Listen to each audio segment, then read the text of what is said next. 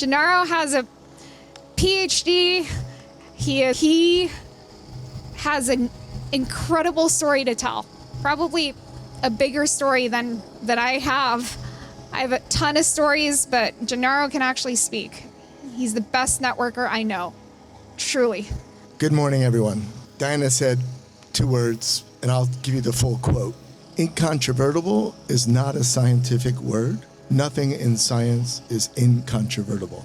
That was a quote by Ivor Guyver, a friend of mine, 1973 Nobel Prize in Physics. This is something extremely important to me, and I know it's extremely important to many scientists that are out there. As you very well know, many of these scientists are not willing to go out publicly and express their viewpoints. This is a very big problem today. I'm one of the few that have come out to express my viewpoint, and I think there's a reason for that.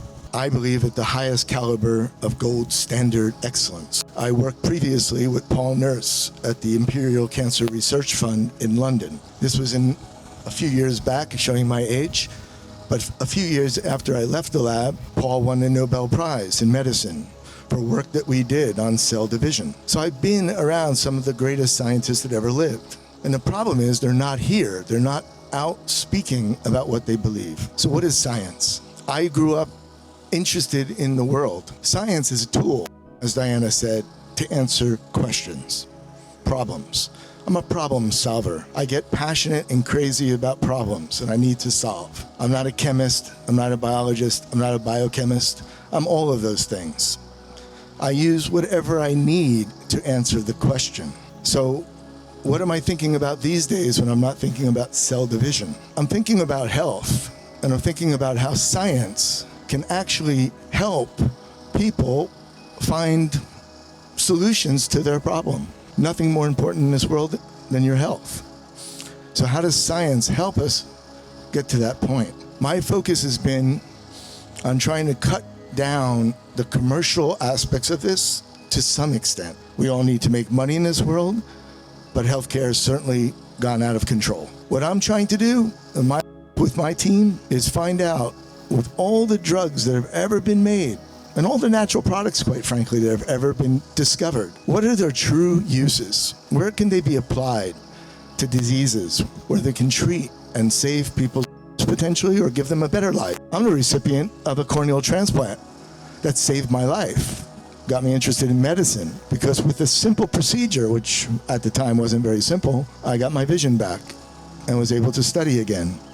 So I'm very grateful for those things that medicine has given me. So I'd like to give back. So we are working right now on technologies that allow us to understand where drugs can be used outside of their original intention. We have over 10,000 drugs that have been made, but we have no idea of their full extent of their uses. And we now have technologies to do that. So without further ado, I'm on the mission of finding these treatments for you. And science plays an enormous role in that.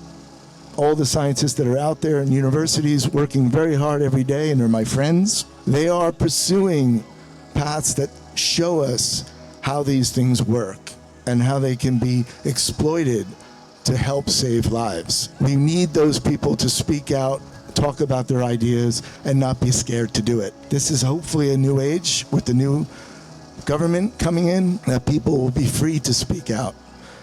But I want to leave with one really important thing that you guys take home. It's fine to have a hypothesis. It's fine to have an idea of what works. But you need to always remember that we need to prove it as best we can that we're correct. Because we cannot have just hyperbolic discussions about what works, what doesn't, without the proof, which means we need clinical trials. We need experts to review the data, that we can get the answers we actually need. And we need government to reform these policies so that these trials don't get outrageously expensive so nobody can test. And the government has the money and the capability of doing those trials. So they need to step up, get these things completed so that we can really know the true answer of what works and what doesn't work, and save the money from the Treasury. Because right now, all we're doing is spend, spend, spend in a very inefficient,